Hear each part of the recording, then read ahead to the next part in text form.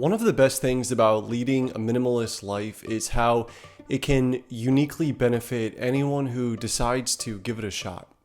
While everyone has their own definitions, reasons, and experiences of being a minimalist, there's at least 5 reasons that any minimalist can agree are vital to getting the most out of this lifestyle. I'm going to call these the 5 pillars of minimalism, and together they hold the foundation of getting the most out of a simple life. But before I get started, if you're new here, thank you for stopping by. Here we talk about minimalism and things of that nature. So if that sounds good to you and you end up liking the video, be sure to like and consider subscribing. Let's get started. And the first pillar is health. I think this is a necessary thing to talk about, even if I'm far from the best person to preach about it. I'm not exactly proud to say I don't sleep as much as I should or eat as well as I probably should, but I'm working on it. Something that we'll never be able to do is declutter our bodies, so it's important that we stay on top of taking care of it. And I don't just mean physically. In my own experience, just a halfway decent diet, a moderate workout, and a sufficient amount of sleep is enough to keep my mind sharp creatively, as well as boost my mood just a little bit.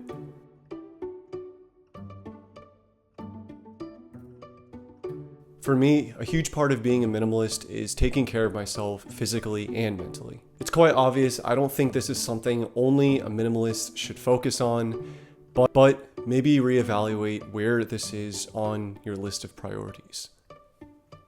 The second pillar is relationships. I sort of have 2 ways of seeing this pillar in regards to my own life. The first is decluttering unhealthy or unproductive relationships. Right around the time I started this channel, I was helping out a project I honestly didn't want to be a part of. I stuck around for a little while before finally taking my own advice and putting my time where I thought I should. It wasn't exactly that this relationship was unhealthy, it was just taking up the time that I wanted to put into my own channel and my own projects. I bring this up because minimalism changed the way I looked at work relationships, and they shouldn't be benefiting only one side.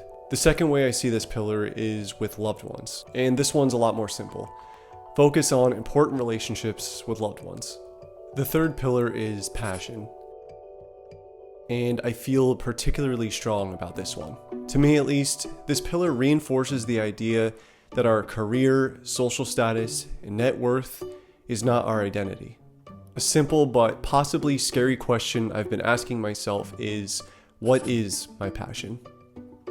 I say possibly scary because there might not always be an answer, and I'm sure that's a lot more common than we're led to believe.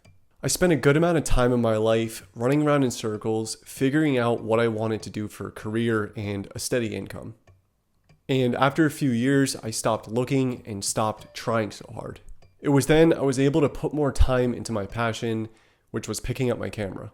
It's important that we make time for what we love, even if we're not great at it, even if it's not earning money yet. And something that I think it's important to remember is it's okay to not have a passion. The fourth pillar is growth.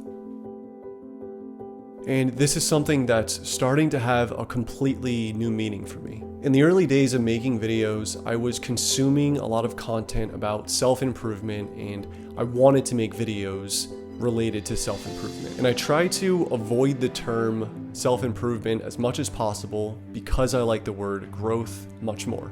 To me, growth represents learning and taking in new experiences, good or bad.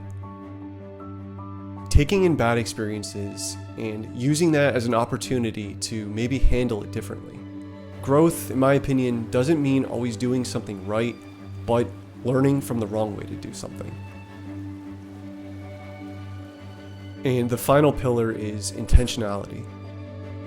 Possibly the second most common word when looking into minimalism is intentional or intentionality. To me, intentionality represents the reasons behind a purchase or the reasons behind doing something at all.